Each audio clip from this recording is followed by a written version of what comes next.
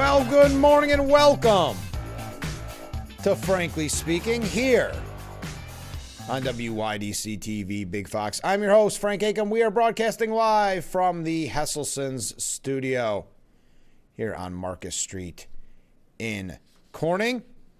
Looking at so many comments coming in right off the gate here. I appreciate it. We've got a busy show in store. Big news coming from Elise Stefanik. We'll be talking about that in just a moment. But let's go to viewer comments.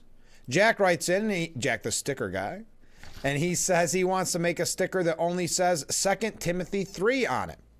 It's about today's time. So I looked it up. And it says, but mark this, there will be terrible times in the last days. Thank you very much. Oh, is that the... Yeah, 2 Timothy 3. Yeah. People will be lovers of themselves, lovers of money, boastful, proud, abusive, disobedient to their parents, ungrateful, unholy, without love, unforgiving, slanderous, without self-control, brutal, not lovers of the good, treacherous, rash, conceited, lovers of pleasure rather than lovers of God, having a form of godliness but denying its power. Have nothing to do with such people. Thank you, Jack. Jack also says he's wondering if Congress can put a temporary hold on filibusters to end this government shutdown. I think once the nuclear option is used, it's it's all done. I don't think you go back. But there is some, well, there are some updates on the shutdown. Whether or not they're headed in the right direction, that is yet to be seen, but we'll get to that in just a moment. Mark writes in and says, good morning. Well, good morning, Mark. Nancy Pelosi is going to retire. All I can say is it's about time. Yes, that news broke yesterday. We're going to tell you about that here in just a little bit. And this came in at the end of yesterday's show. So nice. Frank, you're an awesome individual, and I love your positive commentary. Well, thank you very much, viewer. It's a nice way to end yesterday's show. I'm saddened that I didn't get to read it on yesterday's show, but it makes my day. I get to read it today. So Elise Stefanik, we're going to talk about this more in depth. But we have been waiting patiently. Yesterday, Bob Lonsberry, if you know, out of Rochester, kind of a political commentator, host, he was suggesting that Stefanik not run. And I saw that yesterday. I mean, it's all based on this blue wave. And I'm still, listen, it was a bad night for Republicans across the board. Having said that, there is more emphasis being put on Tuesday than on what happened last November. The House, the Senate, the White House, that doesn't change. I'm hoping it's a wake-up call to Republicans not to be so complacent. We can talk about that. But this idea that we almost have to give up in a way, well, that's not Elise Stefanik's spirit. According to numerous outlets, Elise Stefanik will launch her gubernatorial campaign against Governor Hochul today. So it's not yet official, but today is, according to the New York Post, the New York Times, Fox News, she will be announcing today. Stefanik told the New York Post, we have crisscrossed the state. The overwhelming outpouring of support from Republicans, independents, and Democrats is that we need a new governor to save our state. She owns a catastrophe from top to bottom. Which is kind of funny right now. She's at a political, Hochul, that is at a political retreat with Mayor-elect Zoran Mamdani. They're in Puerto Rico. But Kathy Hochul was fired after one term in Congress, Stefanik says. We have overwhelmingly been elected. She's an accidental governor. Everyone knows that. I love the way she put that. I never thought to word it that way. An accidental governor, which is exactly what she is on paper. She was never meant to be governor. You don't pick your lieutenant governor as someone that's going to outshine you or have a chance to take your job. That's why Cuomo picked her. Hochul did not do the same thing with Delgado, who's running the primarying her. And I still think, you know my theory, that there'll be someone from the far left handpicked by Mamdani after seeing what he believes to be an overwhelming group of support for him and his DSA, Democratic Socialist of America policies. So I think she will still have an actual fitting primary challenger. But what great news that Elise Stefanik is going to announce today. And again, loving the quote, Hochul is an accidental governor. Everyone knows it.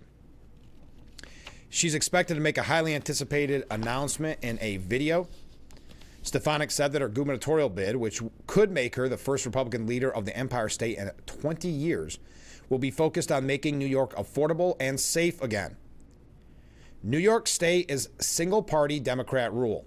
Under Kathy Hochul's failed leadership, New York is the most unaffordable state in the nation, with the highest taxes, highest utility and energy prices, highest rent, and it's why people are leaving in mass exodus.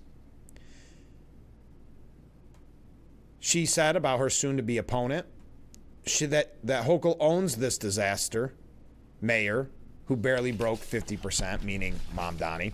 He is a socialist. He is a defund the police, communist, anti-Semite, pro-Hamas, and Kathy Hochul hasn't condemned a single statement he has made. No, I would argue not only not condemn it, she endorsed him when he would not endorse her. She owns this lock, stock, and barrel. She also owns his positions where he said he wants to raise taxes. And if you saw, she took the stage at an event yesterday, that is Governor Hochul, and instantly the cheers started, or the chants, I should say, started ringing out of tax the rich. She has now got herself into quite a mess. And again, I think with the potential of a primary challenge. Stefanik drew attention to a recent incident in which Hochul, who endorsed Mamdani weeks before his victory, was heckled off the stage by chants of tax the rich from his supporters. Quote, she has a record of raising taxes, and she's obviously considered doing that again, which is devastating to families who are suffering from an affordability crisis. Kathy Hochul has bent the knee to the defund the police communist in New York City. She owns failed bail reform, where violent criminals are being released on our streets, wreaking havoc across communities. What is most interesting is, after Kathy Hochul endorsed Zohran Mamdani, we have been flooded with traditional Democrats who have said enough is enough. We are not supporting Kathy Hochul. We want you to run. This, again, if you're just joining us, it is being announced that Elise Stefanik will announce her run for governor later today in a video. And we will be checking our updates to see when that announcement is made, if it is to happen during this broadcast. Hochul does not have to contend with Democrats. Hochul does have to contend with Democrats unhappy with her. Just moments after the news of Stefanik's announcement broke, Hochul was once again greeted with cheers of tax the rich as she took the stage in an event with Mamdani and State Attorney General Letitia James. Now, in fairness, Hochul's campaign, and specifically the State Democrat Committee spokesperson Addison Dick, said Elise Stefanik is a rubber stamp in Washington for Trump's deeply unpopular agenda that is raising costs, gutting health care, and defunding New York schools, hospitals, and police. Voters in New York and across the country rejected Trump and his enablers earlier this week, and Stefanik will face the same fate when she launches her campaign to put Trump ahead of New Yorkers. It's interesting, again, the way the media, and in this case a Democrat spokesperson, but wants to portray Tuesday as, well, Republicans are done. I've got article after article here. Trump is a lame duck now. It's the end of the MAGA movement, which we have that once a week, if not more. But that's what they're saying because of Tuesday's wins. Now, again, I'm not trying to sugarcoat it. It was a tough night for Republicans. But again, you had blue states going to blue. You had arguably the most shocking is a socialist wins in New York City for mayor. But that's New York City. So I again, I know they want to call it a bellwether. Fine. But I don't think that means, whether it's the left, whether it's some conservative commentators, I don't think that means stand down. And I don't believe Stefanik has that in her. I will tell you, when it comes to campaigning, my goodness, Stefanik's going to blow Hochul out of the water. Now, Hochul is an incumbent. She has the advantages there, but we know Stefanik, whether it's debate setting, which I'm sure Hochul will not debate her. If at all, it'll be very few amounts of debate. But just in her campaign speeches, in her rallies, Stefanik will do a wonderful job and outshine Hochul. Whether or not she can overcome a state whose voters in the city elected a socialist, that is yet to be seen. It is a tough road to hoe. We know that. No one denies that. But if anybody can do it, if a Republican can do it, it's Elise Stefanik. So exciting news, though yet not official, closer to being official. This is the closest we've been to official yet. That Elise Stefanik, if she's giving interviews with the Post saying she's going to do it, I think we're good there. I don't think we're jumping the gun. We do have a couple updates when we come back. I see a lot of comments coming in. Love it. I got a feeling it's going to be one of those Fridays. We're going to have a blast. A little bit later on in the 7 o'clock hour, we're going to be talking with Big Fox's own Haley Livingston. She is on the 10 o'clock news, and if you watch right before this broadcast, the 5 a.m. news, she is relatively new, about 7 months in, and we, if you recall, interviewed Dante, her multimedia journalist is what they're called. So it's only right, and I'm excited to talk with Haley. Okay, one quick thing before we go to break, before I run too late. An ex-Department of Justice employee was acquitted of assaulting a federal employee after he threw a Subway sandwich at the agent. The testimony was pretty funny. The agent testified in court that the hoagie exploded all over him, leaving him smelling onions and mustard. Sean Charles Dunn, again an ex-Department of Justice employee, was found not guilty of a misdemeanor assault charge by a jury in Washington after he was captured slinging the sub at Customs and Border Patrol agent Gregory Lamore in a viral video on August the 10th. So not a misdemeanor assault charge. I'm curious if there weren't the politicalization of the courts, but the politicalization of ICE and the constant attacks by the media and the left. I wonder, in a normal scenario, if you saw that video, not that you would ever be a part of it, but if you were the person that threw a sub at a law enforcement official, do you think you would have been found guilty of a misdemeanor assault charge? Just curious. Dunn's lawyers argued at trial that the sandwich tossing incident was blown out of proportion by the feds and that it was a harmless gesture by Dunn. Quote, "It was a harmless gesture at the end of him exercising his right to speak out. He is overwhelmingly not guilty." The panelist heard the agent, Lamore, testify he could feel the hoagie's impact through my ballistic vest. Kind of exploded all over me. You could smell the onions and the mustard. He also found onions strewn on his police radio, and his shirt was stained yellow from mustard. The incident became a joke with Lamore and his co-workers, who gifted him a felony footlong patch and a plush sandwich, which the agents displayed on top of my shelf in the office. I listen, whatever you think about it one way or the other, I do think in a normal setting there would have been charges, but again, I think it was perhaps blown out of proportion. Also, and when we come back, we've got some other breaking news stories. We're going to get into more of the information on Stefanik and her announcement today that she is going to seek the governor's mansion. We also have a lot of updates on the government shutdown. A few things here. I don't want to belabor it. We've been talking about it all week, but Zohran Mamdani. But tying it in to the larger picture, like I said, of the media suggesting that it's the end of the MAGA movement, that Trump is done, that Republicans will probably never win again. They say that after every race, even though we had the historic landslides last November that led to the House, the Senate, and the White House all going to Republican hands. Quickly, this came in early this morning, actually around midnight. A suspicious package containing white powder delivered to a U.S. military base in Maryland caused multiple people to fall ill and led to several being hospitalized. This is being reported by CNN. A building on the base was evacuated after an individual opened a suspicious package. This is a statement from Joint Base Andrews. As a precaution, the building and connecting building was evacuated, and a cordon was established around the area. Several people were transported to the Malcolm Grove Medical Center on the base. The extent of their illnesses are not known at this time. Joint Base Andrews is famously known as the home base for Air Force One, the aircraft used to transport the President of the United States. The package contained an unknown white powder. CNN citing two people anonymous, but familiar with the investigation.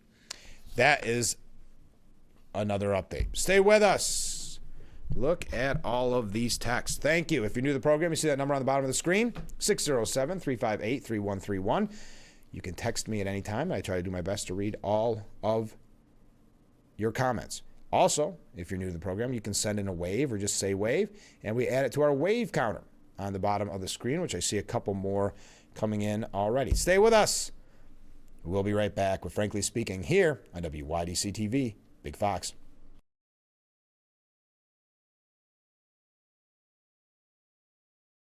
The Frankly Speaking Roof Cam, brought to you by Boss Security in Horseheads. Contact them today for all your business and home security needs. We are back broadcasting live from the Hesselson studio.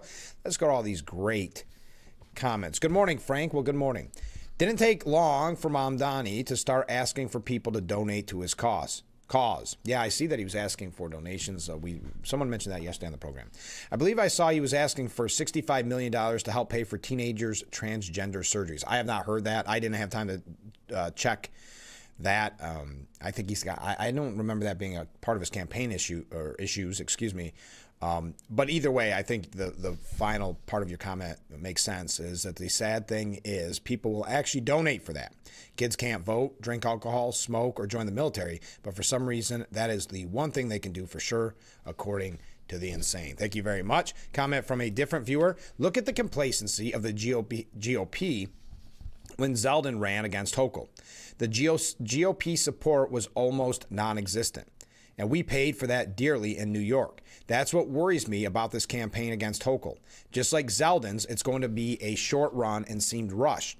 Well, actually, Zeldin's wasn't short. Zeldin had announced in what would have been April this year.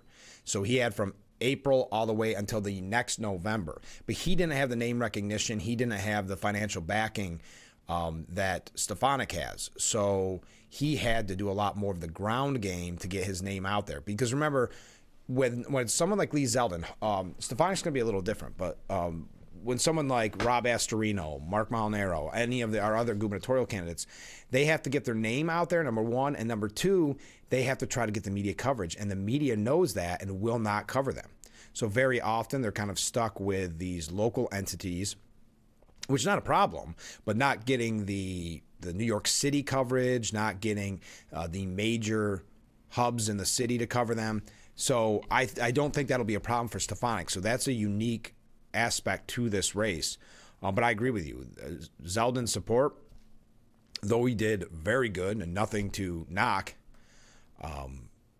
GOP, and you look at some people always look at it at different groups, like people that use natural gas. If they came out and voted, Stefanik would win. Or gun owners. If you look at the numbers of gun owners in New York State, they could be the biggest voting bloc that could put a Republican in. But for whatever reason, that whole voting bloc does not get out. So I don't think there's going to be complacency necessarily with the GOP when it comes to Stefanik, but it's still a hurdle on the numbers coming from New York City and Rochester and Buffalo and like that. So I understand. Comment from a different viewer. You think we're the highest taxes, highest electric bills now. Wait until we have to bail out that idiot mayor in New York City. Hochul has already stated she would find the $50 million to fund his nonsense. Yeah, well, she's going to these rallies and essentially being yelled at and heckled by what should be her supporters to tax the rich. I do think she caves to it. I think that's why she caved in for endorsing Mamdani, because she didn't want to have that, what is an energized far-left base going against her. No, you raise a good point. 6 months doesn't make a lot of difference, Frank. No, I agree with you. But that 6 months was definitely needed by Lee Zeldin. But you can't really run a 4-year campaign necessarily either. And yes, he didn't have the name recognition, but the GOP still left him high and dry. Not disagreeing with you at all on that. They could have done more to get him recognized in New York. You can thank Mitch McConnell for that. He was in charge of the distribution of the money. Listen, and this is not to knock anybody specifically. The New York, I'm not talking local, the New York, the state GOP has very much struggled. They are very much behind the times in many ways. They're very much struggling to be relevant at the state level, and they did not help. Yes, you had a lot of money that could have been divvied out, but that historically has happened too. Remember when Chris Christie was in charge of distributing the money?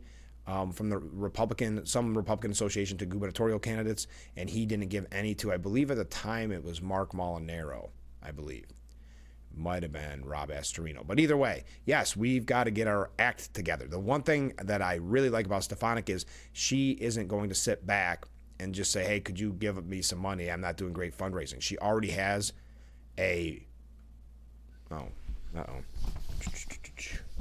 hold on. I don't know where that cut off. I saw that my connection got lost for a second.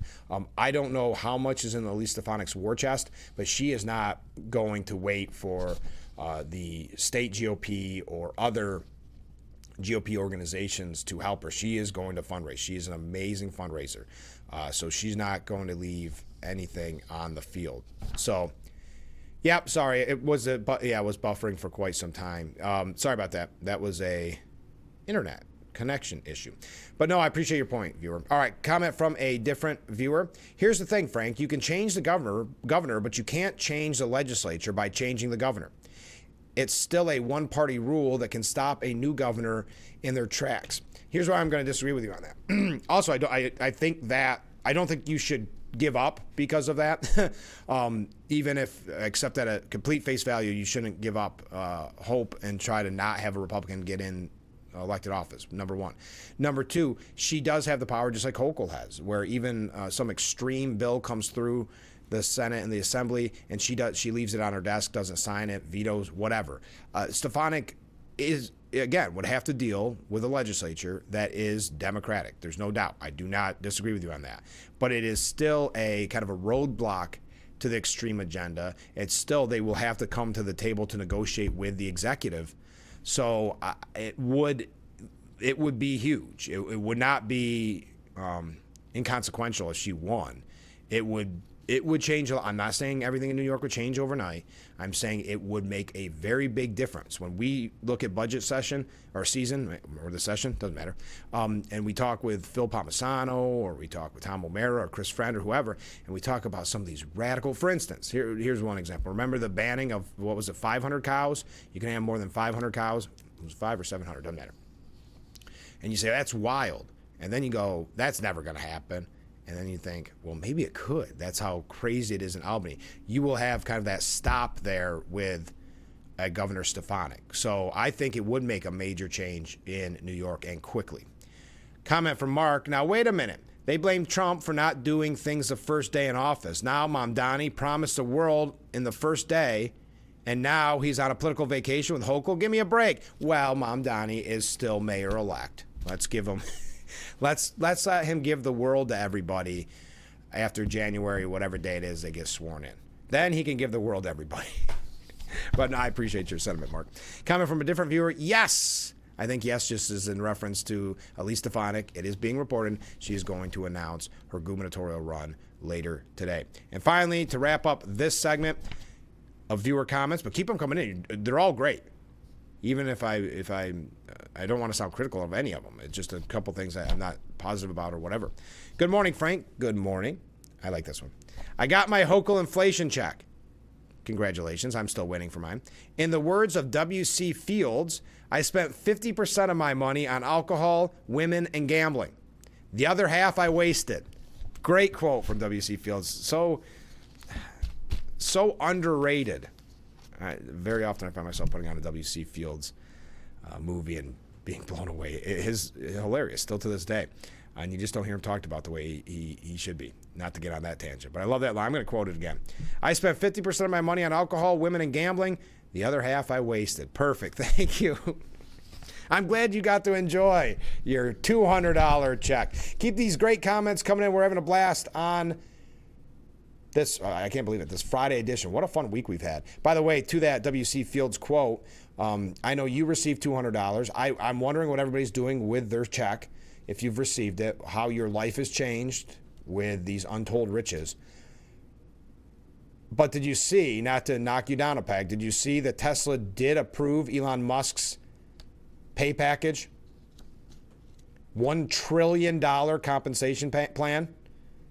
Now, when you break it down, there's a lot of, it's not just here's $1 trillion check, of course. There's a lot of different metrics and things like that to actually get to $1 trillion. But wow, a $1 trillion pay package. I guess congratulations to Elon Musk is in order. Let's take a break. Keep those comments coming in. We'll be right back with Frankly Speaking.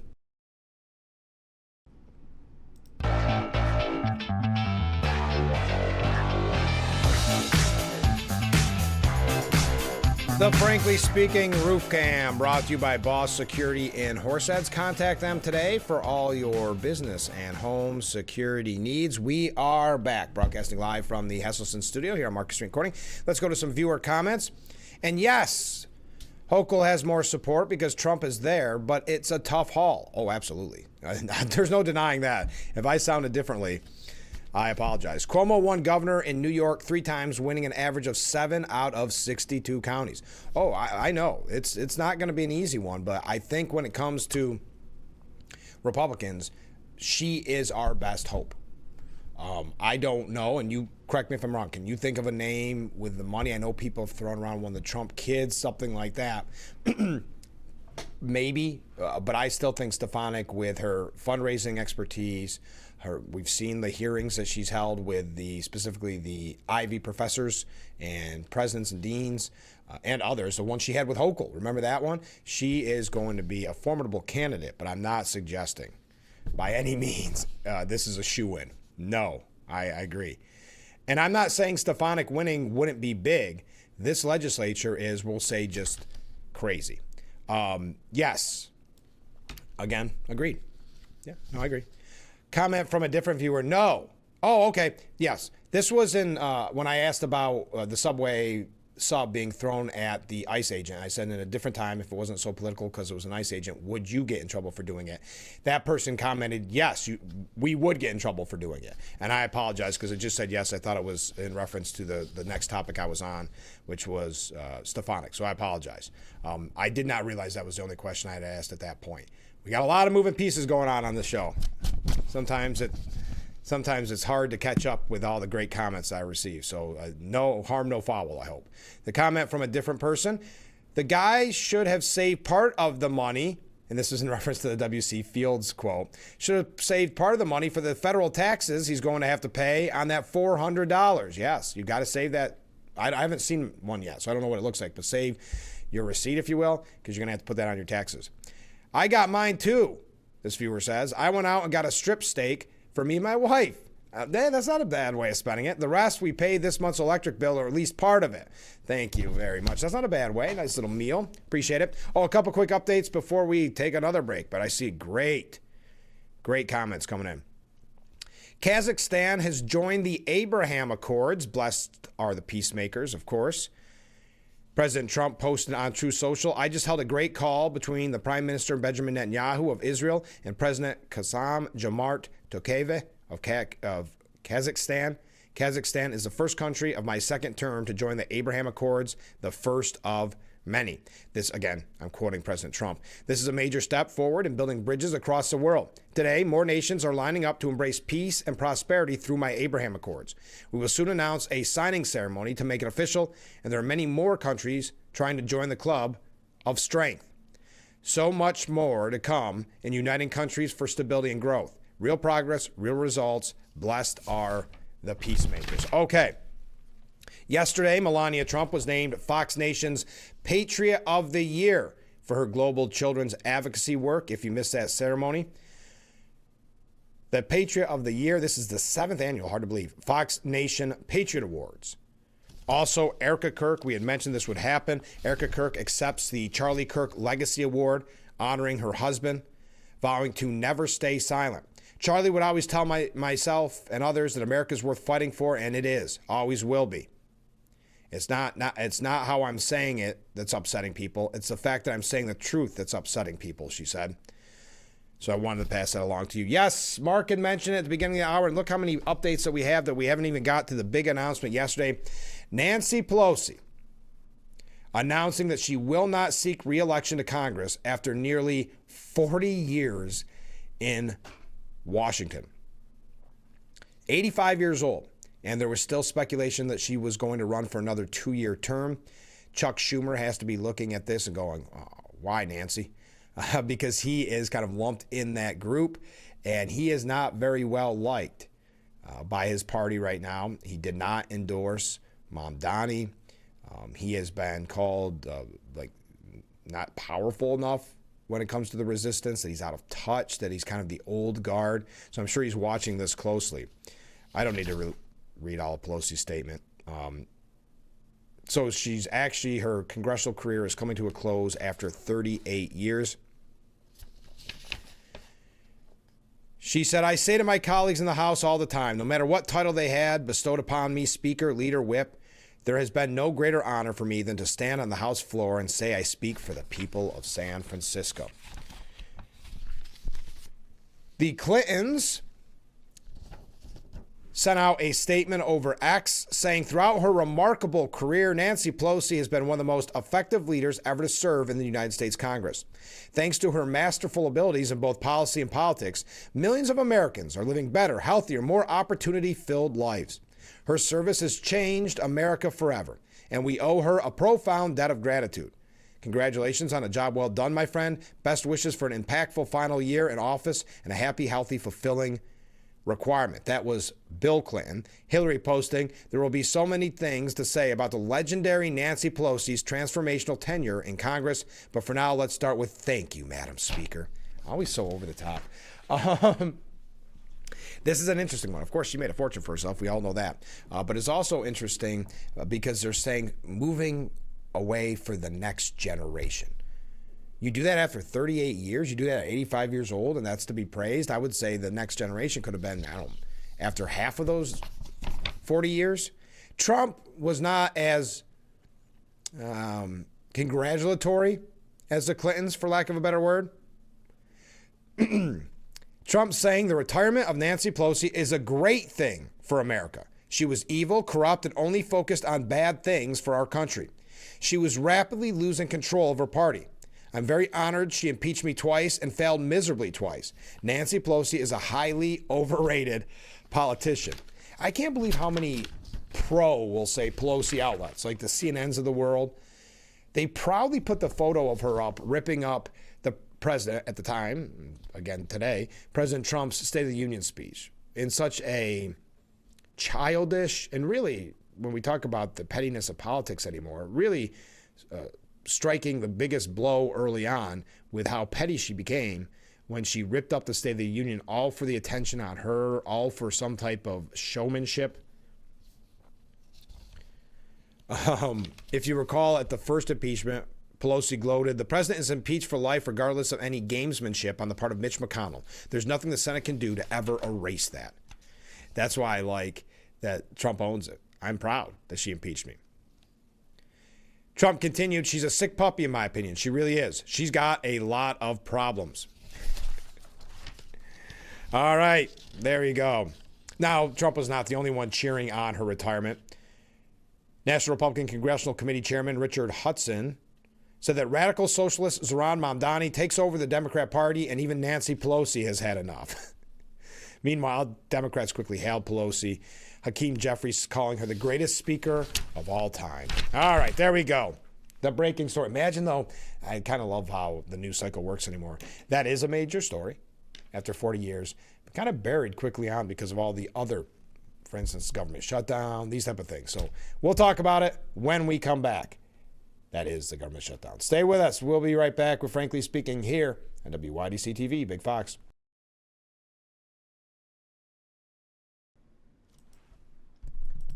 The Frankly Speaking Roof Cam, brought to you by Boss Security and Horseheads. Contact them today for all your business and home security needs. We are back, broadcasting live from the Hesselson studio on Market Street in Corning. Some viewer comments. Mark writes in, "No check here. Maybe Hochul was watching Frankly Speaking when I said I was going to donate it to Elise Stefanik's campaign, and I was off the list." Maybe that's why I haven't got it either. That's a good point, Mark. Maybe there is a list somewhere keeping tallies of who's saying what here on Frankly Speaking. Well, if Governor Hochul's watching, good morning. No, she's in Puerto Rico. She would not be watching unless she tapes it. We're looking forward to, if you are just joining us, Elise Stefanik announcing later today that she's going to run for governor, according to the New York Post, according to the New York Times, and Fox News, and a few others. Comment from a different viewer. "No doubt Stefanik is the best shot. Mike Lawler wouldn't have stood a chance." I agree. Mike Lawler is kind of the and this is not to knock any of the candidates that have ran in the past. So just kind of that level where you have so much to overcome to get the name recognition that Elise Stefanik already has coming in. Not to mention the fundraising that Stefanik already has coming in. So there's no knock on Mike Lawler, but I'm with you. I don't think that would have been a competitive race. Comment from a different viewer. Good morning, Frank. Well, good morning. Thank you for letting us know about events going on in the community. Too often the news only covers it after it's over. Also, I agree with you on W.C. Fields. Well, let me dissect a couple things there. Number one, I know. That's one thing I'm very proud of on this program. We talk about it being a community-minded show, and that's why we had so many candidates on, and so many candidates thanked us before and after the fact, saying this is the only outlet that we've had the opportunity to get our message out, and that means a lot to me. But I do find it frustrating, having run some events. You know that I'm on the board of the Salvation Army, and I've talked about that before, and some of the other things I'm involved in locally, that you don't hear about it, the event, until the event's happening. When they put it, maybe a clips from the event. You don't hear the pre-promotion. The pre-promotion is the toughest thing to get, trust me. If you're involved in any organization, you know that. They love to cover it after the fact when it really doesn't help your cause. It does a little bit, but it's more at that point about public relations than it is about perhaps bringing people to a fundraiser or whatever. So that's a long way of me telling you, first of all, thank you for saying that. We're proud of that. Second of all, if you are a part of any organization that wants to spread the word, we'll try to read as many of them as we can, but please let me know. Get me the information. If you have a flyer, we'd love to put up on the screen or at least read that information to you. And that you can text it to the number on the bottom of the screen, or you can email me at frank@wydctv.com, or probably the best way is to text me or call me, and I can get that information from you. And when it comes to W.C. Fields, yes, so underrated. Hilarious. I do this quite frequently. I'm not just making this up. Put it on if you kind of want to zone out and laugh. Him in the golfing scene, stand clear. What is it? Stand clear and keep your eye on the ball. That is one of the funniest things. I could watch that and never get old of it. So, yes, thank you. I'm glad you agree with me on W.C. Fields. All right, on a sad note, but nonetheless something that we have to mention, according to a new poll, listen to this, nearly 2/3 of young Americans have considered moving abroad. This is from studyfinds.org. 63% of young adults, that's 18 to 34, and 53% of parents have considered leaving the U.S. due to the state of the nation. 53% of parents, too. Half of the adults report signs of loneliness, while 69% say they need more emotional support this year than they have received. I blame a lot of that on the mainstream media. All right. Just want to pass that along to you. Dick Durbin on the government shutdown. He was saying on CNN that we have brought this issue as a major national issue, meaning the Obamacare subsidies, from zero to a major factor, I think, in the last election. And I think we're going to continue to make it an issue as we approach the next election in the mid-year. He said some people would think that this is a capitulation if you only agree to a standalone. He was asked. He said, well, some people, that's what they played the clip of him saying that. Well, some people need to understand how the Senate works. We have brought this issue as a major national issue from zero to a major factor, I think, in the last election. And I think we're going to continue to make it an issue as we approach the next election in the mid-year. Report coming out that Democrats are set on continuing to drag out the government shutdown with another no vote today. I know there's some clamoring behind the scenes of some deals or some negotiations, but according to reports, Democrats are saying, quote, people want us to fight. A Thursday closed-door meeting ended with Democrats coalescing around a unified strategy rather than splintering into factions, according to a report by Semaphore. Democrats are looking to end the shutdown, but probably not enough to prevail in a vote on Friday. One source familiar with the inner workings of the caucus confirmed to the outlets that Democrats want to keep pushing to extend the Affordable Care Act's enhanced premium tax cuts, which are currently set to expire at the end of the year. Again, think about that. All you had to do was pass a clean continuing resolution to keep the government open. We wouldn't be talking about SNAP benefits. We wouldn't be talking about SNAP benefits as it nears Thanksgiving. But instead, they weren't willing to do that. They wanted to use the Obamacare subsidies, which they had all the way till the end of the year to negotiate. They wanted to make that I think they bit off more than they can chew, but now the media is starting to find its rhythm to blame it on Republicans and give Democrats credit. Aaron Burke saying the shutdown is dragging on, but Americans aren't tiring of Democrats' demands. And a new poll is the latest sign that it could remain pretty stubborn in the days ahead, meaning the government shutdown, because we are on the longest shutdown in history. That's because it doesn't seem like Americans are getting particularly tired of Democrats' gambit. And combined with Democrats' big wins in Tuesday's election and all of the other polling, there remains seemingly little political incentive for them to back off, along with plenty of potential downside. This, again, I think an example of the media saying, don't give in. But, well, we'll tell you a little bit more about this. So many comments, so many waves coming in. Keep them coming in. We're having a blast this morning. Stay with us.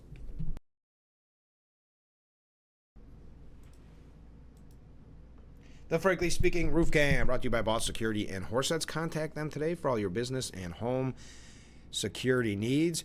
We are back, broadcasting live from the Hesselson studio on Market Street in Corning. So many great viewer comments. We're having a fun time this morning, aren't we? But this has been a great week. Comment from viewers. Maybe I'll start a new campaign for Elise Stefanik. Gun owners for Stefanik. Or Goffs. You could. Absolutely. That's one thing. And I don't think I'm speaking out of school. I think members of our great chapters of Scope throughout our area. I know Chemung is just bringing theirs back, and I hear that they had a great meeting with Sheriff Schramm not that long ago, about a week, 2 weeks ago. I heard that went really great. Stu Ben has a huge Scope group that is very, very active. And I think if you talk to any of them, it is so frustrating to gun owners, especially active gun owners, who see that their fellow gun owners don't get out in droves. The numbers show that the gun owners in New York State alone, that if they all voted Republican, we would have a Republican governor, we'd have Assembly and Senate. They just don't. And I think it's been the billion-dollar question for quite some time. Why is that, and how do we get them active? I know and I'm sure you know people like this. Well, they're not going to take away my 12 gauge that I use for, it's always, they're not going to go after this. Yes, they eventually are. They would take all of them away if they had the chance, if it weren't for the Supreme Court. They are always fighting to take away your gun rights. So I'm with you. It's a very frustrating situation when it comes to, and I'm not saying it's all gun owners, don't get mad at me. I'm saying, you know who I'm talking about, the ones that do not get out, or either not political, don't get out and vote, or don't maybe do the research on what a Hochul would propose in that scenario. Because remember, well, if you go back to Cuomo, he said gun owners weren't welcome here. But let's continue. I heard this comment from a different viewer. I heard someone in media say that Mamdani didn't support Hochul because they thought that she would get primaried. Do you think that is likely? Well, you may have, if you heard it in the media, you may have actually heard it here. Because yes, I do believe he did not want to endorse her because he thought that there's going to be a far left candidate to primary her. That's my thought on it. That's my belief, that he doesn't want to be on record supporting her if a Democrat Socialist of America candidate comes out of the woodwork and runs to primary Hochul. Now, on the other side of that coin, yes, Hochul very much did endorse Zoran because she didn't want a far-left primary challenge. That's why she got out early and endorsed him. That's why she did the rallies. She continued to stick with him even after at least twice he refused to endorse her. One in that almost cringe-worthy to Hochul, I'm sure it is, a video from the mayoral debate where he did not endorse her. Now, if you didn't hear, Hochul did say before the election that, well, no, we're focused on this election. It's all about the time frame. He's going to endorse me, but he wants to do it on my time frame when it's best for me. Put a lot of words in his mouth that I don't think are going to come true. And that's another thing why Hochul's not ready for this. She's just not to that level. Because if Mamdani comes out and endorses her in a primary, endorses somebody else, in a primary, that video is going to be played over and over of her awkwardly saying, oh, he's going to endorse me by Stefanik. Stefanik's going to have a great communications strategy on this, by the way. You're going to love the videos. I can tell already. The videos, the YouTube, the social media.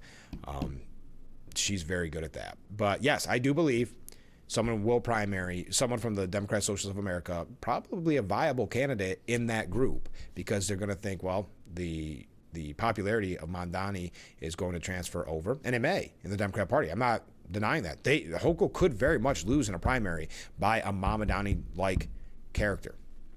So I think that is why he didn't endorse. Comment from a different viewer. I'm wondering if they use the voter roll, taxpayer, or census to figure out who gets a check. My driver's license and voter registration is from Tennessee, but I have a home here. I got a feeling you might not get the check. I think it's based on, they said it's the tax roll, but I know when it at least comes to, because I had an issue with it for some reason, it's all been rectified, but with the star rebate, that they were looking at it based on your address too. So the driver's license may be a problem there. All right, we got to take our last break, and then we're going to wrap up our number one. Where is the time going? Stay with us. We'll be right back with Frankly Speaking.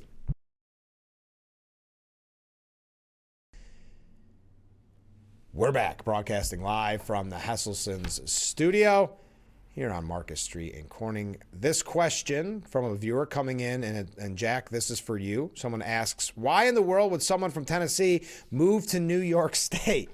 I'll let Jack put that in his own words, but that's not exactly the case. But I can understand why you may have thought that from his comment.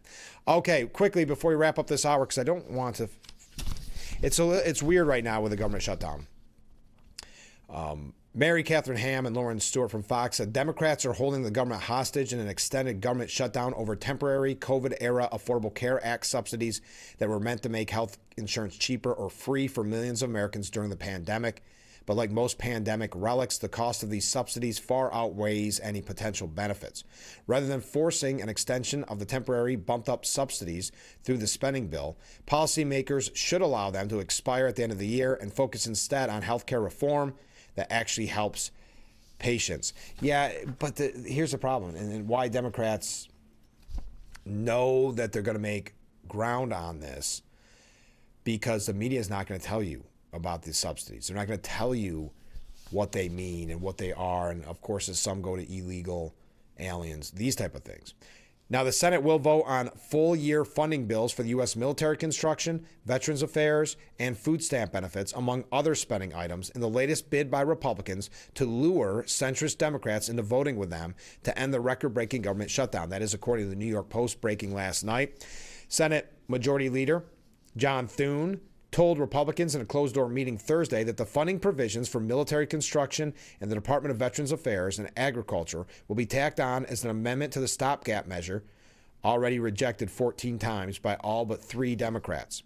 That's kept it from clearing the 60-vote filibuster in the upper chamber, despite Senator Fetterman, Catherine Cortez Masto, and Angus King joining with the Republicans on voting for the so-called clean continuing resolution.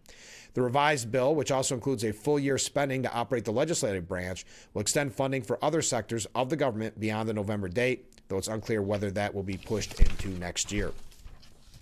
It would have to secure 5 more Democrat votes to pass, so long as a trio of Democrat defectors back it, along with every Senate Republican. Then the House would have to reconvene for another vote to send it to the president's desk.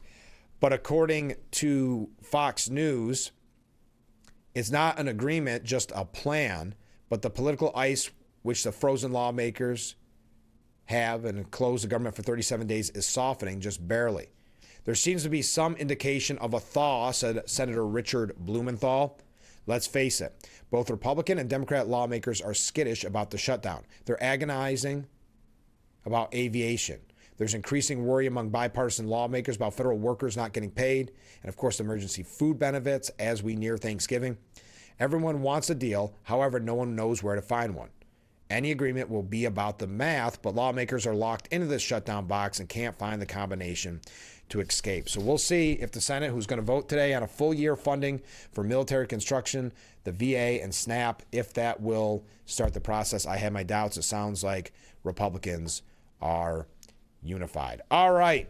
Republicans are unified. Well, they are in the continuing resolutions. It sounds like Democrats are unified in that report, that behind the scenes they are not going to budge, because after the elections they see it as a winning strategy to keep the government shut down. They know the media right now is doing the best they can to continue to blame Republicans, continue to send a message that this is what they're fighting for is, I don't know, heroic in some way.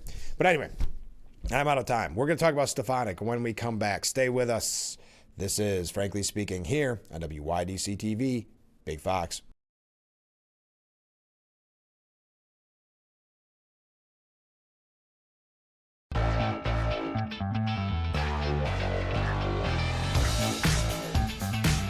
And welcome to hour number 2 of Frankly Speaking here on WYDC TV Big Fox. I'm your host, Frank Acom. We are broadcasting live from the Hesselson studio here on Marcus Street in Corning. Let's go to some viewer comments. Oh, in response to the question for Jack, why would anybody living in Tennessee move to New York State?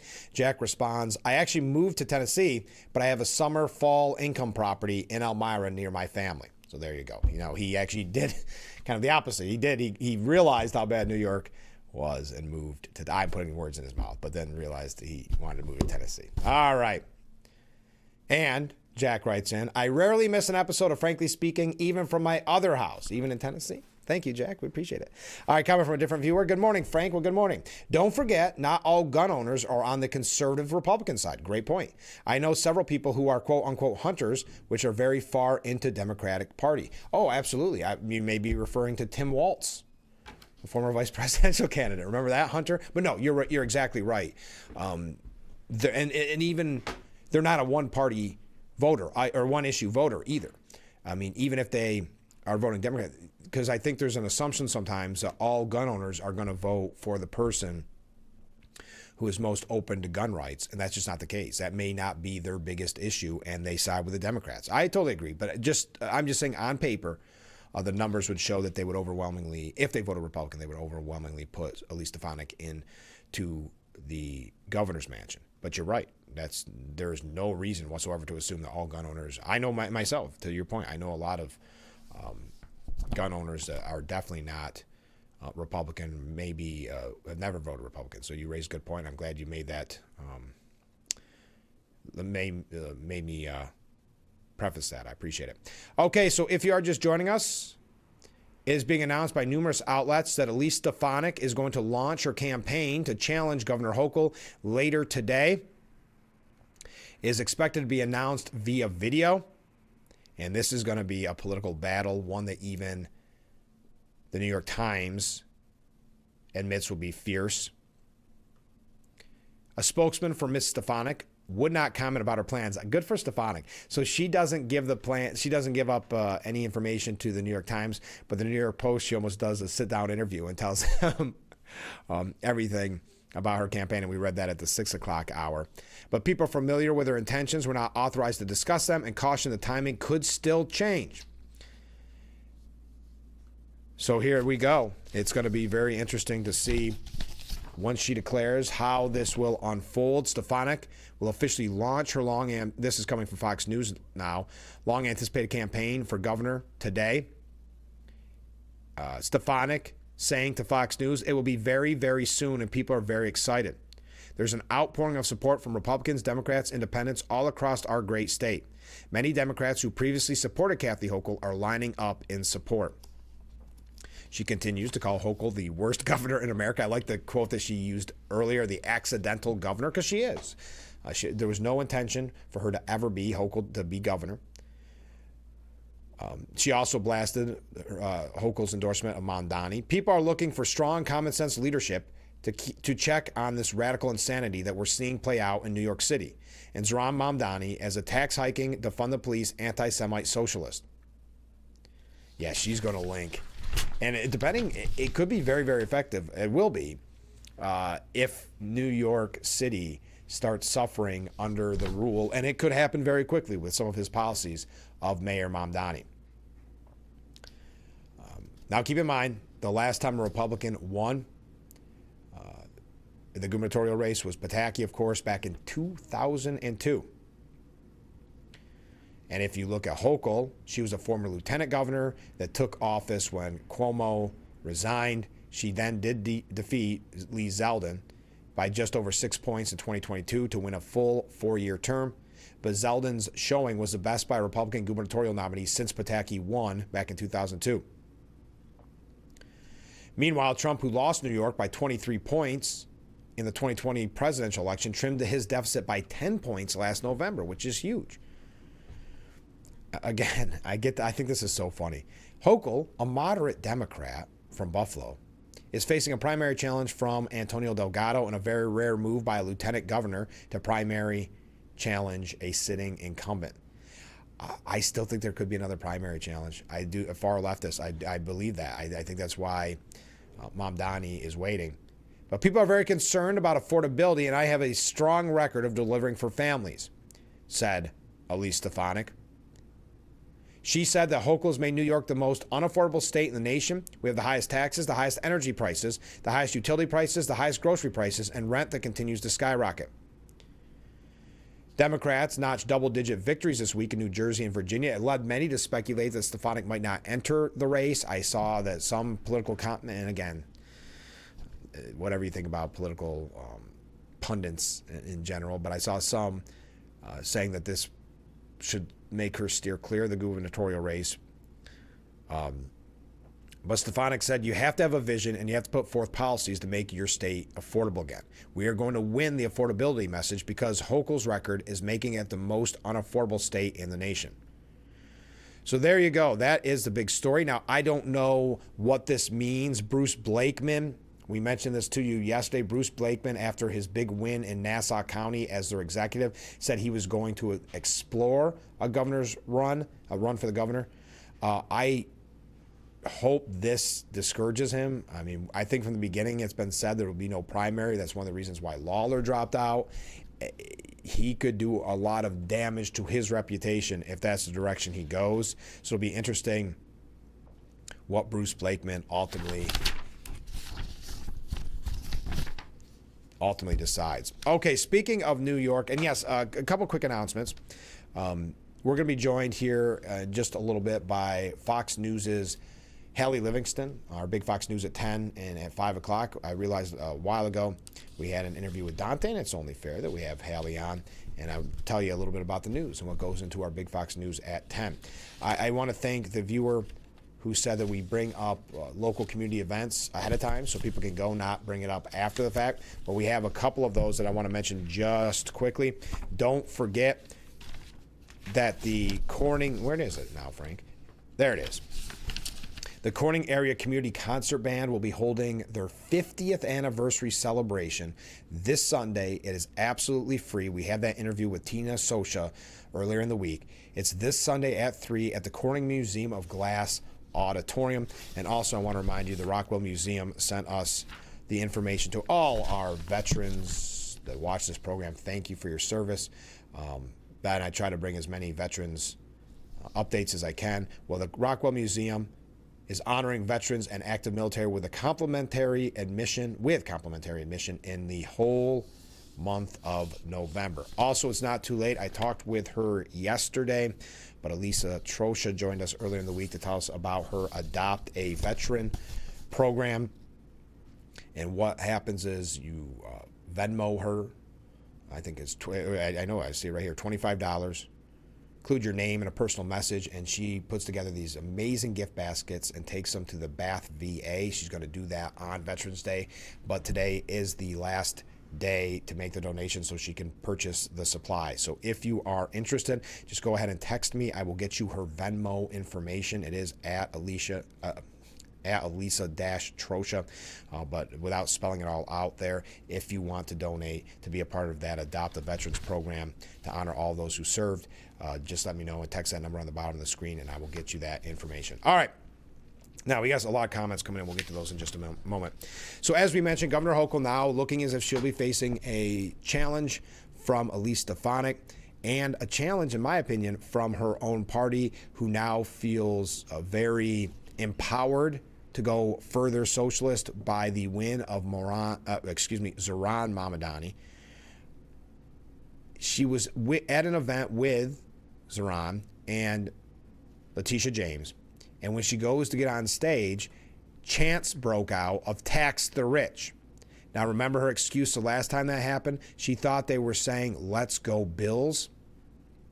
Now, whether or not you think she actually thought that, do you think? Come on.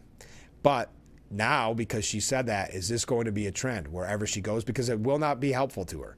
First of all, she's very quick to cave, so maybe she will end up taxing the rich. Maybe she will give in to a lot of Mamdani's insane policies that he campaigned on. But she's headed to Puerto Rico for the annual SOMOS political retreat, where he where Mamdani basked in the victory by hosting a cocktail reception with Letitia James.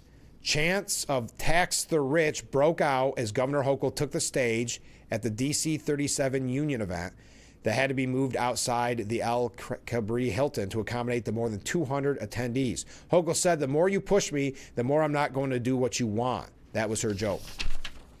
Well, then you're not going to see that chant go away anytime soon. So Hochul's got some struggles of her own, but no worries. Take a nice trip to Puerto Rico. So a perfect time for Stefanik to announce. Again, it is being reported that Stefanik is going to make her announcement today. I have yet to see the announcement. I will keep you updated if I do.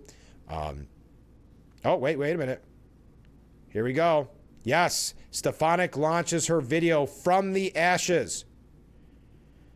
Wow, we're going to get to all this here in just a second. Let me take a break, and I guess it was just announced. Exciting. Stefanik is running for governor. Just announced a little bit. So a little about in the last hour. I apologize. I didn't get a chance to check. Stefanik launched her gubernatorial campaign, pledging to clean up Kathy Hochul's catastrophe and make New York safe and affordable if elected to Albany. The Empire State has fallen, says Stefanik. Imagery of Hochul juxtaposed with bleak headlines describing New York's high tax rate, migrant crime, and the exodus of middle-class residents marked the first 60 seconds or so of the 2.5-minute video. Kathy Hochul's failed policies are to blame, the narrator continues. New York is the most unaffordable state in the nation, crushing families with sky-high taxes, unaffordable rent, soaring energy costs, and record-high grocery bills. The video slams the governor's support for Mamdani, accusing her of cozying up to defund the police, tax-hiking, anti-Semitic communist. So again, the video is entitled From the Ashes, and it asserts that New York will rise like we always do. The spirit of the Empire State cannot be broken. All we need is courageous leaders ready for the fight. Elise Stefanik will make New York affordable and safe. Now, in response, the New York Times calling it a ferocious political battle. Hochul, her rapid response video is called Meet Sellout Stefanik. So we already have some back and forth, but it is now official. Elise Stefanik is running for governor of New York. You can watch that video online, From the Ashes. All right, your thoughts on that this morning. Stay with us. We'll be right back with Frankly Speaking here on WYDC TV, Big Fox.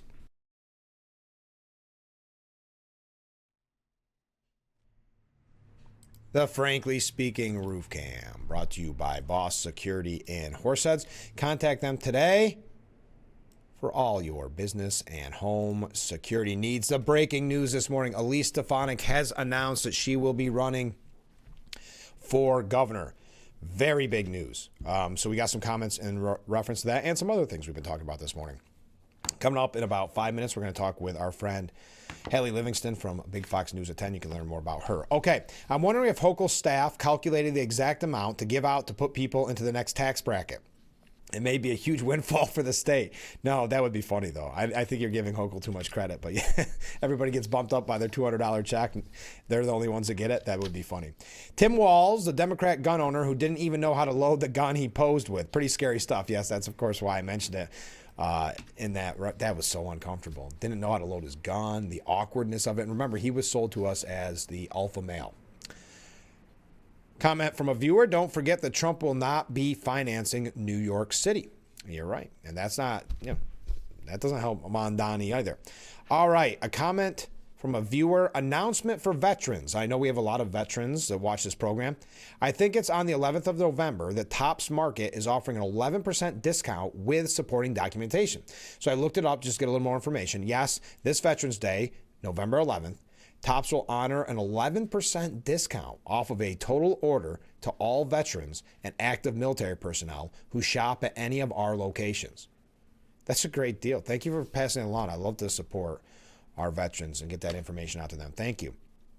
Comment from a different viewer. There's groups on Facebook that appeared over a month ago, Elise Stefanik for governor. And before that, there are now at least 12 groups that count all titled similarly. I have trouble with that word. That are all similar. 12 groups. Hochul must go. And it appears to me there's a lot of Democrats supporting those sites as well. Thank you for passing that along. I know that there's been PACs, there's been ground support right from the beginning for Lee Stefanik. So it is an exciting announcement. It's going to be a topic for quite some time.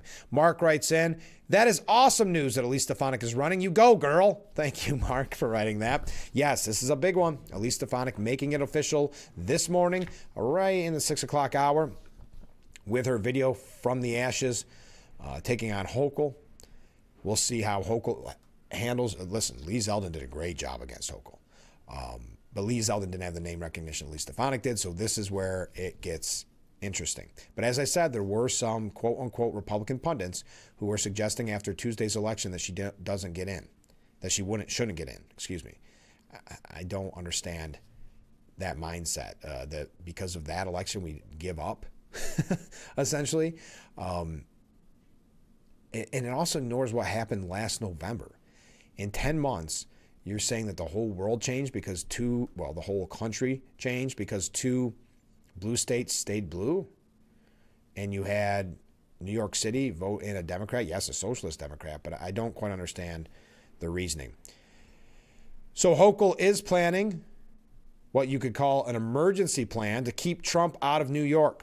State officials, business leaders, and activists are quietly forming a coalition to stop a federal incursion into America's largest city following Mamdani's victory.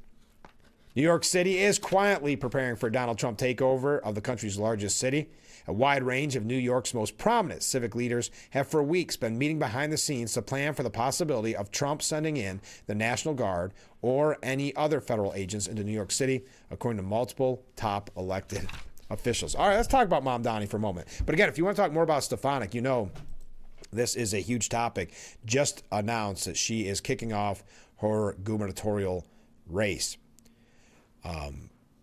Now, it's been something we've wondered about for a long time. She said originally that she would make the announcement after the election, and sure she did. I'm just trying to see if there's any other announcements about this or any other outlets announcing it. I mean, it's official. I'm not saying it that way. I just if there's any better quotes or any more information. Such as this, Kathy Hochul made New York the most unaffordable state in the nation, crushing families with sky-high taxes, unaffordable rent, soaring energy costs, and record-high grocery bills, and cozied up to an anti-police, tax-hiking, anti-Semitic communist, a narrator says. The launch video also features clips of Mamdani supporters chanting, "Tax the rich," as Hochul addressed a recent rally. And that it doesn't put it in there, but that awkwardness of her saying, I thought it was "Let's go Bills."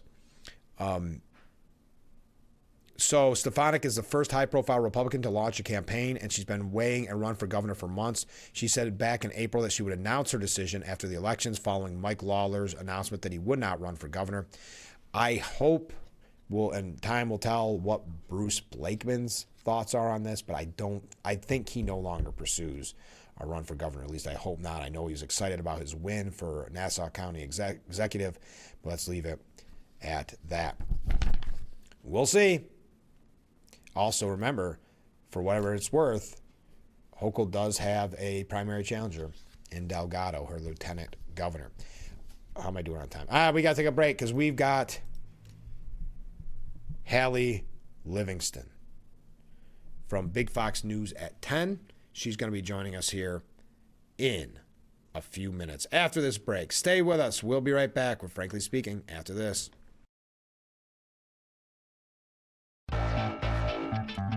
The Frankly Speaking Roof Cam brought to you by Boss Security of Horseheads. Contact them today for all your business and home security needs. Welcome back to Frankly Speaking here on WYDC TV Big Fox. I'm your host, Frank Aiken. We are broadcasting from the Hesselson studio.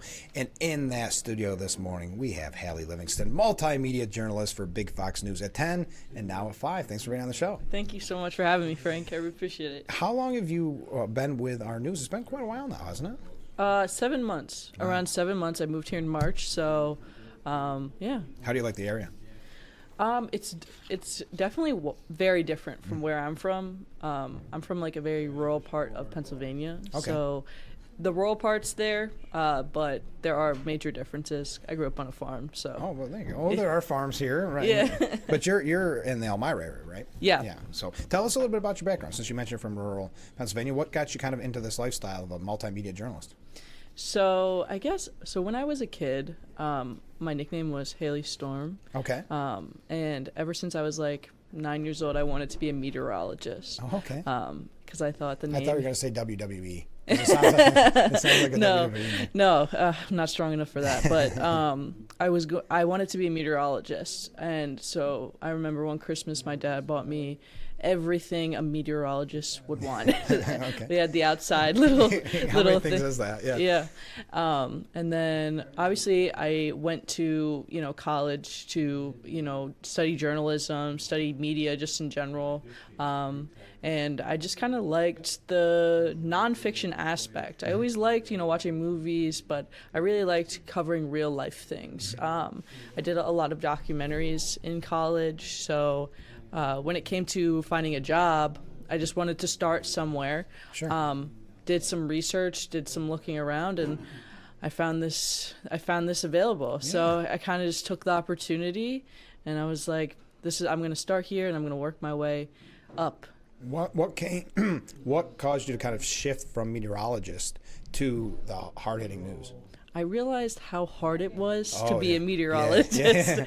And it's a thankless job. Yes. Everybody blames you for the weather. Yeah. Right? And it's like, you get it wrong, people hate you. You get it right, people hate you. Yeah. And it's also just very different. I'm not the best at math. Okay.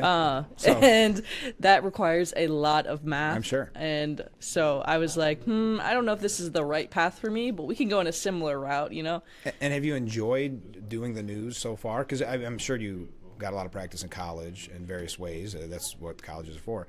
But what's it like going from the college shift to actually on the ground doing news? Well, so in college, I did a lot of different things. So I started with my own radio show, just like you. Okay, following great. your footsteps. Frank. Yeah, you didn't know it at the time. I didn't know it, but anyways, I started in. I started on the air at a college radio station. I did a music history show. I talked about the history of 90s and 80s bands and stuff like that. And I accidentally got fined by the FCC. Sure. That's bound to happen. And I was like, I don't know if I'm going to take a little break from doing that. And so then I transferred schools and I started working on our TV station. Okay. It was called LaSalle TV. We covered neighborhood businesses. It's called Just Next Door. And I was also on the Sports Line show as well, where we talked, all things sports. And I really liked that. I really liked connecting with people in Philadelphia. There's so much diversity in Philadelphia. Felt like I was somewhere new, just even a block away. So I kind of liked that. And the more that I did it, the more that I enjoyed it. And I guess I just really like hearing myself talk. There you go. We all do. That's why we got into the business. So when you're here at Big Fox, and as you see on the bottom of the screen, you're on at 10, and then we have that 5 a.m. broadcast. What does your typical day look like here? So obviously, morning meeting with Dante. Sure, of course. We had Dante not that long ago on the program. Yeah. And so me and Dante in the morning, we were brainstorming, kind of communicating who wants to do what, because, there's a lot going on in the area. So we try to split up the work as evenly as possible. And then we get ourselves on the road. We try to do as much social media content as we can, posting ourselves whenever we can. I know a lot of our people up there want us to promote ourselves. So, and then kind of throughout the day, I'm checking other sources as well. I'm always trying to find new stories for either later in the week or even if something pops up late in the day. And then obviously editing. I'm a pretty good editor, so get my editing done within an hour, maybe an hour and a half. Do my article, go home. Yeah, beautiful. That's a good day. Yeah. Where do you keep the passion to find stories? Because I know there are times it's a real slog trying to find anything. Yeah. I just look for places that I would want to see on the news. Okay. And so I always try to find community-related stories that are interesting but also have a hard news aspect to it, or an educational piece that I think would be important for people to know. Like, for example, I know I did a lot of the NASCAR stuff back in the summertime, and that was so fun. But I also, when I was talking to these, racers, I would always try to find a hard news aspect, going back to, the playoffs, going back to something like that, something that people would be interested in, to keep them coming back to our website and stuff like that. Of course. So you said you've been here about 7 months. What has been your favorite story so far? Wow. So I think we talked about this. Yeah. I got the chance to interview Eileen Collins. That's cool. That's really cool. I know that you've talked to her before, but that was my first time meeting her. I got to interview her. She gave me a signed copy of her book. That's nice. She was a lovely, lovely person, and I just had a lot of fun interviewing her, and I've always looked up to her. So that was probably top tier. And a hometown hero for us, but you knew her before you moved to the area. I had no idea she was from here. Yeah. I've read her book. How silly is that? I read her book. Well, you didn't know where Elmira was at the time. When I moved here, I didn't put the two together. Right. And I saw an astronaut on the sign coming into Elmira. I'm like, I wonder who that is. Yeah. It's so silly. That is funny. What have you found to be the most challenging part of your job? There are some days where you come into work and you see things, horrible like things that people do in the community, and that's like a very small crack of society that you see every day, which is like tough because it's like how could this be something that's in the news? How can and I guess I'm like getting used to that. It's important to do. It's important to cover, but it's difficult. Definitely is challenging to kind of watch that stuff day in and day in. Oh, yeah. What has surprised you the most about the job? How much work. Yeah. In college, I felt like it was such a breeze. But when I came here, I remember my first time alone without script approval, and I was leaving at 7, 8 o'clock at night. Yeah. I'm like, why do I feel like I'm trailing behind? Yeah, sure. But eventually I got the hang of it, obviously. Yeah, there's always a learning curve for something like that. Yeah. So when you're not here at Big Fox News headquarters, what do you do in your free time? I love being outside. I know that's so stereotypical to Yeah, say. I just love going on long walks. But I do. I love the outdoors. I love building stuff, furniture, stuff like that. Okay. I love painting furniture and stuff like that, making things. I also have 2 cats who I love very much. Hang out with them as much as Hopefully they're watching right now. What do you, when you're on your free time or you're on the weekend, do you find yourself still looking for news or still looking for stories? For the first couple of months when I was here, yes, I was. But now when I get home, I just don't even want to be on my phone. I just want to I just want to be in the moment. And then I catch myself sometimes looking at other news channels. I'm on ABC or Fox, and I'm looking. I'm like, you know what? I need to take a step back. Yep. I need to leave that for another time. Breather. I couldn't agree more. All right, this is the final question. It's a tough question. Where do you see yourself in 10 years? 10 years. Wow. Forever. There's going to be a blink of the eye. Well, don't worry. Trust me. Oh, okay. Well, that's a difficult question. I see myself just trying to be a better version of the journalist I am right now, but also teaching others how to deal with the day-to-day of being a journalist. And I hope that I'm in some sports, whether it's NASCAR, basketball, college, professional. I just want to be somewhere where people are talking about sports. Dante said the same thing. Yeah. Did you watch his interview before this? One day we're gonna make a sport. We're gonna be a sports podcast one day. We're gonna be very famous, Frank, and we're gonna invite you on our show. Please, I'm busy that day. No, I'm just kidding. I wish you the best. I hope it goes great. Yeah. Haley, thanks so much for being on the show. Best of luck with everything in the news. 7 months in, congratulations. Thank you so much, Frank. All right, we'll be right back with Frankly Speaking. Stay with us.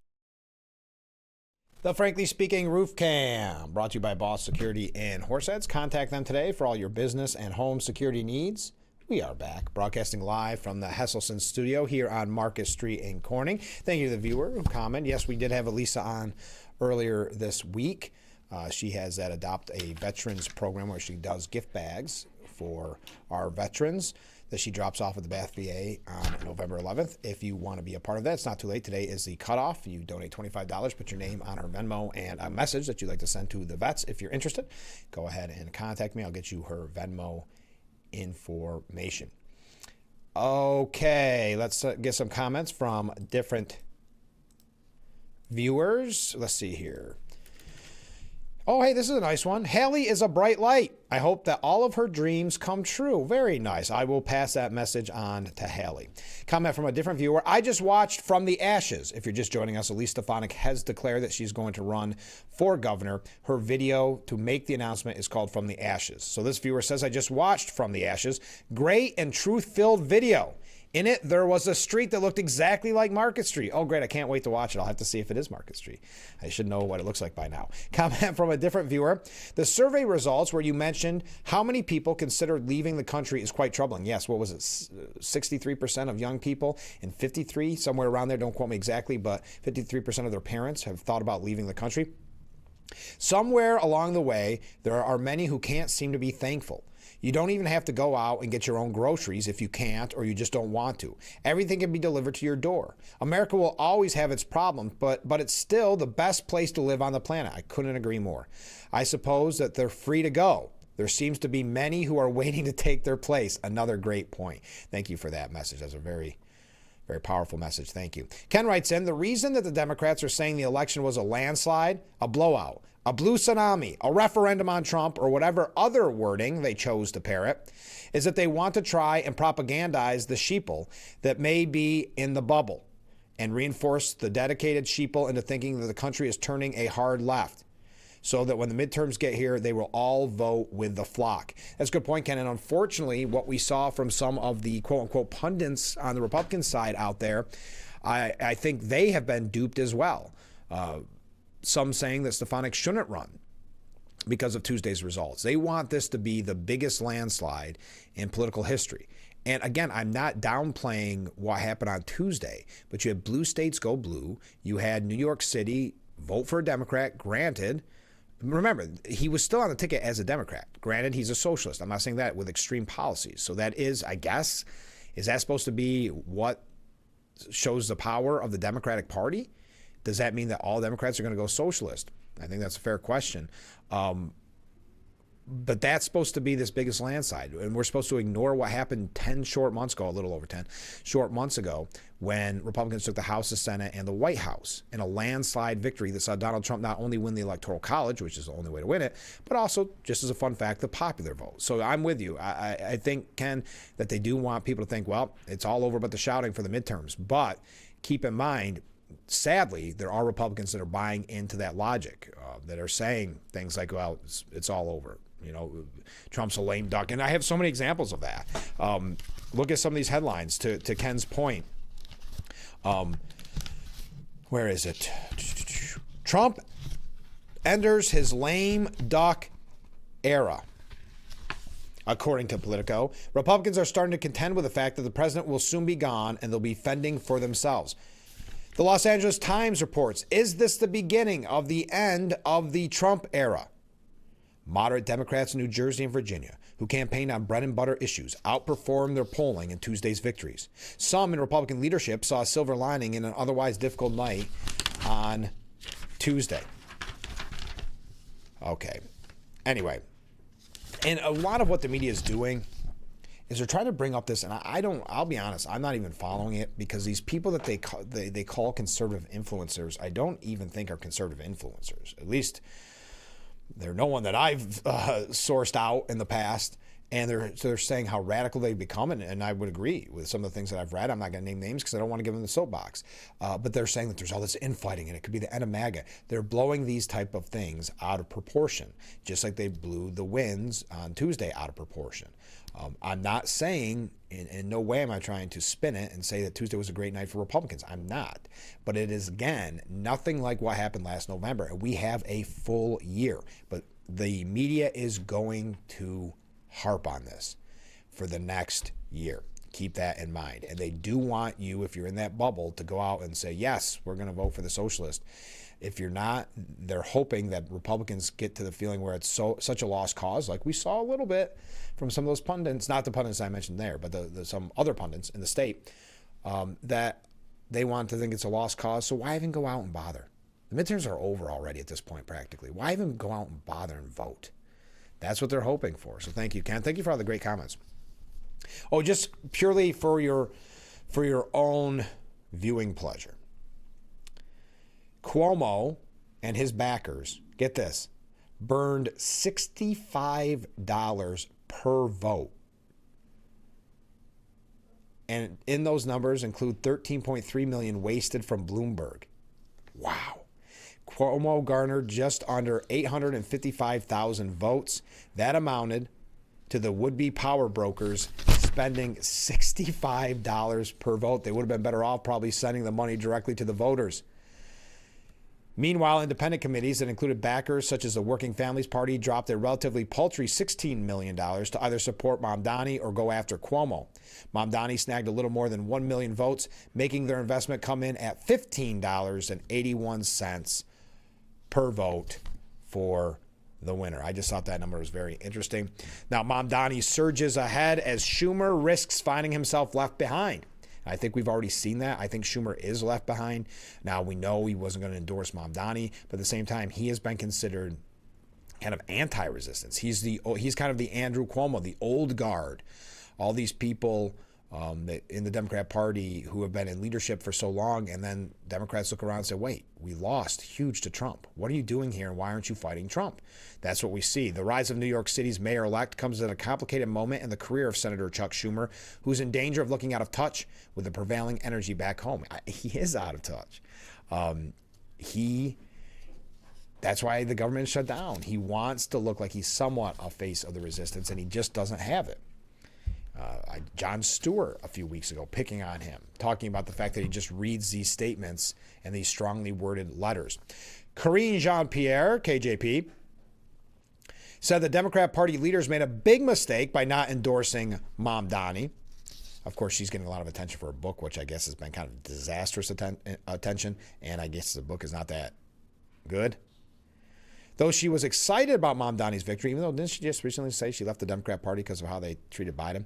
She added his win was more about connecting with voters than party backing or leadership support. She criticized Democrat leaders for sending the wrong message by either hesitating or refusing to support Mamdani during the campaign. I mean, he was the nominee, the Democratic nominee for the mayor's race, and they're basically saying, no, voters are wrong. We don't want him, and that is a problem. You're sending a message to young people in particular who we need to engage in this moment.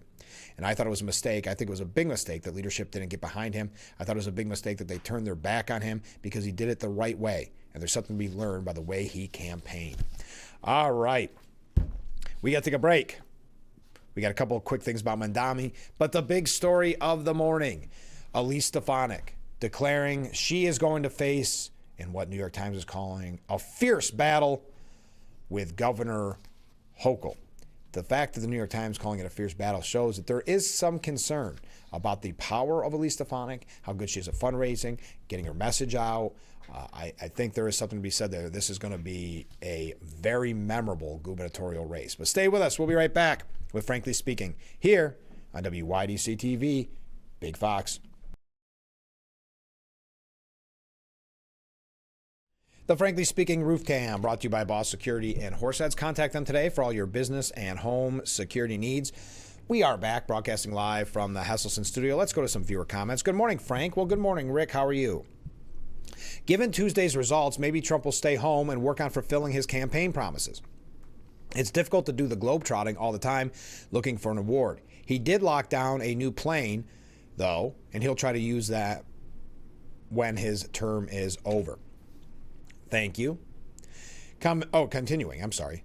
Glad to see Trump got people with weight concerns and type 2 diabetes a big cost break on GLP-1s that will change tens of thousands of lives. Super happy for all of those folks. Got to give the Donald a thumbs up on this one. Then a $1 trillion pay package for Musk. Go figure. Tesla stock is overpriced. Sales are down, not to mention they have a couple of models that are the ugliest things on earth that roll on four wheels. No EV for this kid. I'm partial to 60s muscle cars, of which I own. Big blocks, 4 speeds, 110 octane, and tire smoke, baby. Gas up the jalopy, plug in your Tesla, check the air and the bicycle tires because wherever you're going, it probably won't be on a plane. Wow, the whole ball of wax is steadily getting worse. Have a good weekend. Well, thank you, Rick. Comment from a different viewer. I really don't understand the logic. It's been less than 1 year, and if you support our president, it's because you see the bigger picture, in my opinion. And we are looking ahead to set up the next administration that will continue this Save America and America Values mission. But it's definitely not over. I know, but that's what they want. They want you to feel like, especially 2026, that it's over, because they know if Republicans lose the House or the Senate, then Trump is very much a lame duck. Now, I think Trump's lame duck is going to be very different than a typical president. So I think that's overhyped, that whole lame duck idea in the scenario. But that's what they're hoping for. And comments from a couple different viewers. Go Elise. Don't forget to frack. You made my job tough there. Thank you. Yes, Elise Stefanik announcing she's going to run for governor of the Empire State. Mark writes in with a new rhyme that he created. Elise Stefanik, she is supersonic. You can try Hochul, but you're not vocal. Thank you, Mark. All right, we got some other comments coming in. We'll wrap up our show here in just a moment with your last-minute comments. There's a House GOP lawmaker who is proposing to block federal funds from New York City for as long as Zohran Mamdani is mayor. Representative Buddy Carter from Georgia is pushing forth a bill called the Moving American Money Distant from Anti-National Interest Acts. It's an unwieldy bill name, but why do you think he did it? Because, of course, it spells out the Mamdani Act for short. The two-page bill text stated that notwithstanding any other provision of law during any period in which Zohran Mamdani is mayor of New York, that any unobligated federal funds available for the city are hereby rescinded, and that no federal funds may be obligated or expended for any purpose to New York. He is expected to announce that bill, or introduce that bill, on Friday. There you are. Now, New York State Democrats, you're talking about in the Assembly and the Senate, are now opening up to some of Mamdani's ideas, such as taxing the rich, the tax hike plan, because they believed his message his election sends a message. Democrat state lawmakers are already opening up to Mayor-elect Zohran Mamdani's goal of hiking taxes, as supporters say politicians who oppose his socialist agenda should face primary challenges. Mamdani wants higher taxes on millionaires, you know it. So we're already seeing threats of Democrats thinking, anyway, if they don't support Mamdani and the socialist wing of the party, the Democrat Socialists of America, that they will be primaried. And there is a real threat to that.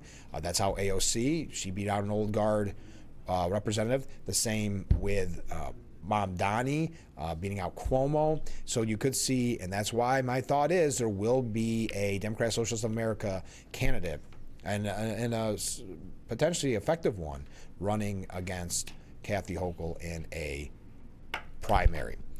By the way, because of the election of Mamdani, ICE is running social media ads calling on NYPD officers to join ICE in immigrant arrests. NYPD officers, join an agency that respects you, your family, and your commitment to serving in law enforcement. There you go, trying. We've got to take our last break and wrap up today's edition of Frankly Speaking. Yes, the big news, Elise Stefanik running for governor. Your last minute thoughts on that as we wrap up. Stay with us. We'll be right back with Frankly Speaking here on WYDC TV, Big Fox. The Frankly Speaking Roof Cam brought to you by Boss Security and Horseheads. Contact them today for all your business and home security needs. We are back broadcasting live from the Hesselson studio here on Marcus Street in Corning. Let's go to our last second viewer comments. Looks like Florida, Texas, and Tennessee are going to start having a lot more people moving there. Yes, in reference to Mamdani's win. A comment from a different viewer. Frank, those Republicans being skeptical in regards to this recent election are exactly the problem with the establishment GOP, and has been the problem for years. I agree. They've had chances to stop these Democrats when they were in power decades ago and failed to do nothing. They failed to do anything. It makes you wonder if they are in bed with them. You know, the uniparty sewer of Washington, D.C. Another comment, they like to call it a swamp, but a swamp is a living ecosystem. Thank you very much. One viewer comments and said, Rick has air-polluting muscle cars. Sounds like a Republican to me. Thank you very much. Comment from a different viewer. This election is just hype for midterms. this meaning Tuesday's elections. Remember, all the enthusiasm for Kamala faded in just 107 short days. Thank you very much. Comment from a different viewer. I'm happy to hear Elise will be running for New York's governor position. I think many people are. Ken writes in, I understand. Okay. I'll try to read the back and forth between different viewers, but Ken writes in, I try not to comment on other viewers' submittals, but I have to say something about Rick's. I understand he has Trump derangement syndrome, but I have to say that he hasn't drunk the full glass of blue Kool-Aid yet. He doesn't like electric vehicles and is into muscle cars like I am. So he can't be lost yet. Rick, grab my hand and let me and Frank pull you into the right. Thank you, Ken. All right, good. I'm glad I did read it. I didn't know where it was going to go with that first line. And finally, Mark writes in, Frank, great show today. Very on spot as usual. Have a great day. Thank you very much. It's always exciting when we can make the breaking news that Elise Stefanik is running for governor against Governor Kathy Hochul. We'll be keeping a close eye on that from here until next November. Trump blasted Tuesday's elections as we wrap up, saying that called Democrats a con job that they run on affordability, but then push the opposite when elected. What the Democrats do is they lie, said Trump. We are the ones that have done great on affordability. They've done horrible on affordability. We just lost an election, they said, based on affordability. It's a con job by the Democrats. All right, that does it for today's edition of Frankly Speaking. Oh, James Carville made a prediction. He says he's going to bet money that Democrats will win the presidency in 2028 and then pack the Supreme Court. That's James Carville. All right, that does it for today's edition. Oh, final comment. Frank, have an awesome weekend. Enjoy. Thank you. You have an awesome weekend and enjoy as well. Thank you to Hallie Livingston from Big Fox News at 10 and at 5 a.m. for being our guest on the program this morning. We do appreciate it. And join us all next week. We've got a lot of guests lined up for next week as well, so you won't want to miss even a second of Frankly Speaking every weekday morning starting at 6 a.m. right here on WYDC TV Big Fox. We'll see you bright and early on Monday. I look forward to it already.